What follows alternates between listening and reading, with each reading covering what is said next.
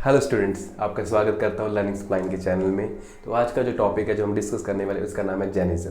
तो आइए जानते हैं जैनिज्म के बारे में, इनके कौन कौन से तीर्थंकर थे और उसके अलावा इनकी कौन से लिटरेचर और कौन कौन से डायनेस्टीज के समय पे ये प्रचलित हुआ। आइए शुरू करते हैं।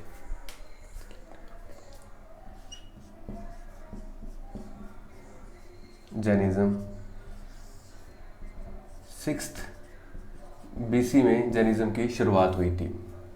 इनके 24th तीर्थंकर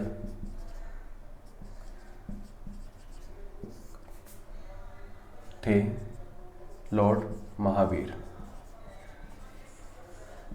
लॉर्ड महावीर 24 में तीर्थंकर थे जैनिज्म के। उसके पहले 23 तीर्थंकर ऐसे तीर्थंकर एज ए आप कह सकते हो गुरु, जिन्होंने अपने शिक्षाएं दी, इनको बताया कि कैसे आप अपना जीवन जी सकते हो, तो उनको हम तीर्थंकर आते हैं। तो तीर्थंकर 24 में लॉर्ड महावीर थे और ये लास्ट तीर्थंकर थे। इनके बाद कोई भी तीर्थंकर नहीं हुए। तो जो पहले हम पढ़ते हैं लॉर्ड महावीरा के बारे में, क्योंकि यही इनका बेस है। लॉर्ड महावीरा ही बेस है जहाँ से जैनिज्म की बहुत ज़्यादा प्रसिद्धि शुरू हो गई, बहुत ज़्यादा विकास हुआ जैनिज्म धर्म का। तो इनका जन्म 540 BC में वैशाली के एक गांव में हुआ और इनके पिताजी काफ़ी रईसदार थे और मगधा के जो राजा थे उनके दोस्त थे। तो काफ़ी एक अमीर फैमिली में इनका जन्म हुआ था। 30 साल की एज में ये चले गए थे मोक्ष की प्राप्ति के लिए, और 42 साल की 12 साल इन्होंने तपस्या की और 42 साल की उम्र में इनको इनकारनेशन की प्राप्ति, इनको मोक्ष प्राप्त हुआ। उनके बाद इन्होंने अपनी शिक्षाएं मगधा,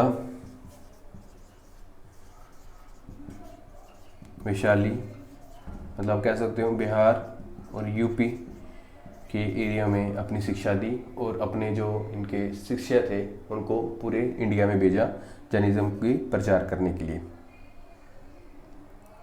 486 में 82 की एज में इनका देहांत हो गया था। तो ये था महावीरा के बारे में। अब जैनिज्म धर्म की क्यों ज़रूरत पड़ी, क्यों इतनी इनकी प्रसिद्धि हुई, उसके बारे में बात करते हैं।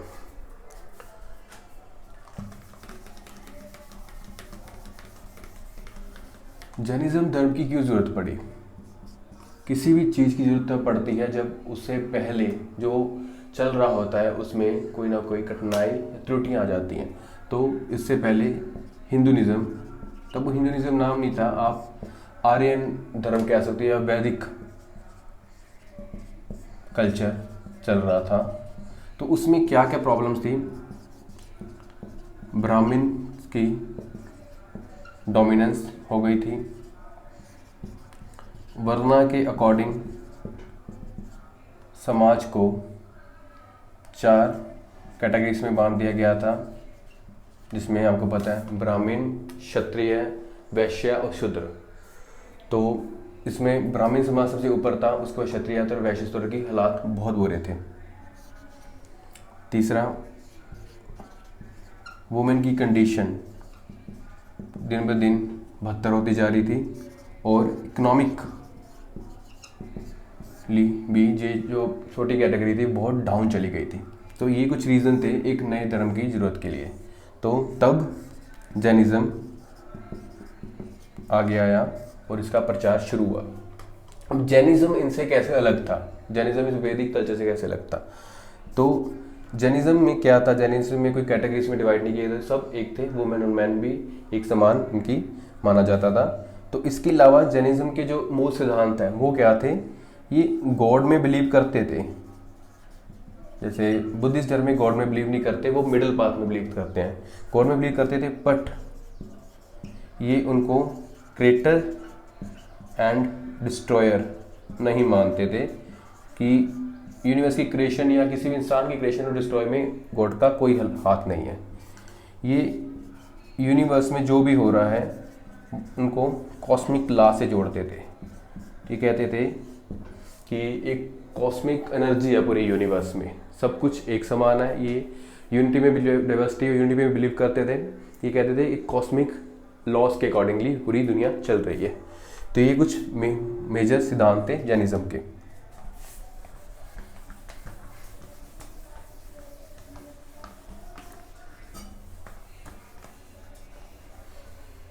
अब आपको पता लग गया कि जैनिज्म की शुरुआत क्यों हुई और हिंदुज़म के जो त्रुटियां आ चुकी थी उनकी हमने बात कर ली। अब इसके बाद हम बात करते हैं जैनिज्म की लिटरेचर के बारे में और इनकी जो मेन शिक्षाएं थी ये और किस चीज़ पे ये बेस्ड था। तो इनकी 3 ज्वेल्स जिनको कहते हैं वो क्या थे? Right path, right knowledge, right action. ये इनके 3 ज्वेल थे। मतलब आप सही पाथ चुनिए, सही नॉलेज कीजिए, सही एक्शन कीजिए। और इसके अलावा जो डॉक्ट्राइन थी इनकी, डॉक्ट्रिन थी वो क्या थी? डॉक्ट्रिन मतलब जिसके आधार पे आप अपने आप को जैनिज्म के ला सकते हो, जो कुछ पॉइंट्स जिसको मान के ही आप कह सकते हो कि मैं जैनिज्म को फॉलो करता हूँ। इसमें था असत्य, अस्त्रियां, असरिग्रह,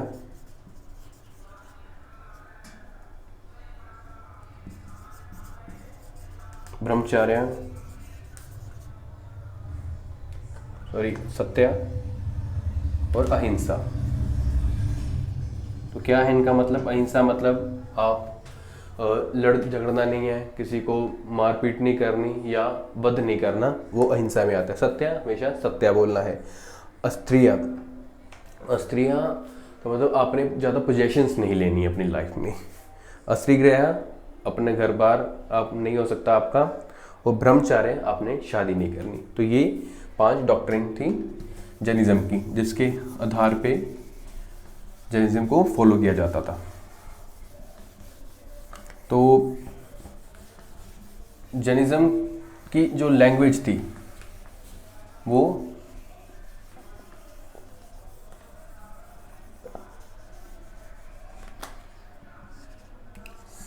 संस्कृत, जो लिटरेचर है जैसे संस्कृत और पाटली, सॉरी मैं दूसरी लैंग्वेज इसकी भूल गया, जो मेन एक प्रकृति इनकी लैंग्वेज थी जिसपे जैनिज्म लिटरेचर खड़ा है। तो 2 तरीके जैनिज्म लिटरेचर को हम डिवाइड करते हैं, कैटेगराइज करते हैं। पहला अगम लिटरेचर। अगम लिटरेचर वो लिटरेचर है जो तीर्थंकर के द्वारा लिखा गया था। तो आप कह सकते हो महावीरा। महावीरा का पूरा नाम था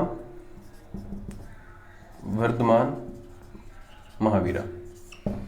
तो इनके लिटरेचर को या इनसे पहले तीर्थंकर के लिटरेचर को हम अगम लिटरेचर कहते हैं। और नॉन अगम लिटरेचर वो इनके बाद आने वाली जो मॉन्क्स ने लिखा था उसको हम कहते हैं। तो जब 6000 BC में जैनिज्म का फैलाव हुआ तो मगधा से हुआ। तो उस समय क्या हुआ, किस तरह फैलाव हुआ हम ये जानते हैं जैनिज्म का। मगधा में भुखमरी आ गई, फेमाइन आ गया। तो उसकी वजह से काफ़ी जैनिज्म प्रचार करने के लिए साउथ की तरफ चले गए। साउथ की तरफ चले गए तो इन्होंने इनको उड़ीसा में भी तक्षशिला डायनेस्टीज के राजाओं का भी साथ मिला, उन्होंने भी इसको अपनाया। और उसके अलावा चंद्रगुप्त मौर्य ने भी अपने आखिरी समय में जैनिज्म को अपनाया था। वो शांति के पुजारी बन गए थे और इन्होंने काफ़ी बिल्डिंग्स बनाई। जैसे आप उदयगिरी केव्स MP में जो केव्स बनी हुई हैं, आप ग्वालियर में चले जाइए या भोपाल में चले जाइए, उदयगिरी केव्स, अलोरा केव्स, ये जैनिज्म आर्किटेक्चर के अंडर आते हैं। तो इन एरिया में भी आपको सबूत मिलता है कि जैनिज्म ने उस टाइम पे प्रचार किया। तो इस तरह जैनिज्म प्रचार हुआ। अब जो फेमाइन से जो जैनिज्म, जो मॉन्क्स वहाँ गए थे, उनसे 2 कैटेगरी बन गई। एक तो जो चले गए वो दिगंबर कहलाए, और जो पीछे रह गए वो सविमिरा कहलाए। तो क्या है इनमें डिफरेंस? दिगंबर और सतवीरा में तो क्या था, जो दिगंबर हैं वो उन्होंने पांचों डॉक्ट्रिन को अपनाया, मतलब ब्रह्मचर्य को भी अपनाया। नो क्लोज, आपने देखा होगा कुछ बिना क्लोज से मॉन्क्स होते हैं, वो दिगंबर कैटेगरी में आते हैं। और जो पीछे रह गए थे उन्होंने 4 डॉक्ट्रिन को अपनाया। और इनका एक और था पॉइंट कि वुमेन को इनकारनेशन नहीं प्राप्त हो सकती, पर ये मानते थे कि वुमेन को भी इनकारनेशन प्राप्त हो सकती है, मोक्ष प्राप्त हो सकता है। इसके अलावा ये वाइट क्लॉथ्स को अपनाते थे, मतलब ये पूरी बिना क्लॉथ्स के साथ नहीं रहते, ये वाइट क्लॉथ्स पहनते हैं। तो ये था इन दोनों कैटेगरीज में डिफरेंस, जो आज के टाइम पे 2 कैटेगरीज में जैनिज्म डिवाइड हो चुका है।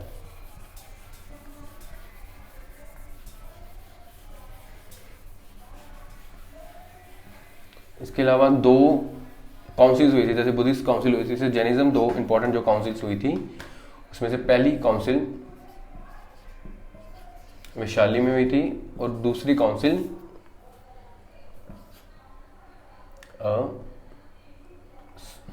सुप्रीला में हुई थी। तो ये 2 सिटीज थी जहाँ पे इनकी 2 काउंसिल्स हुई थी। तो this is all about Jainism.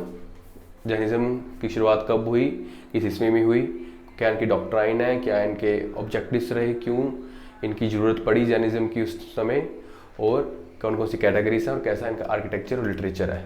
तो आई होप आपको समझ आ गया होगा। कोई भी डाउट है तो कमेंट सेक्शन में आप पूछ सकते हो। हमारे चैनल को सब्सक्राइब करिए, अपना ध्यान रखिए।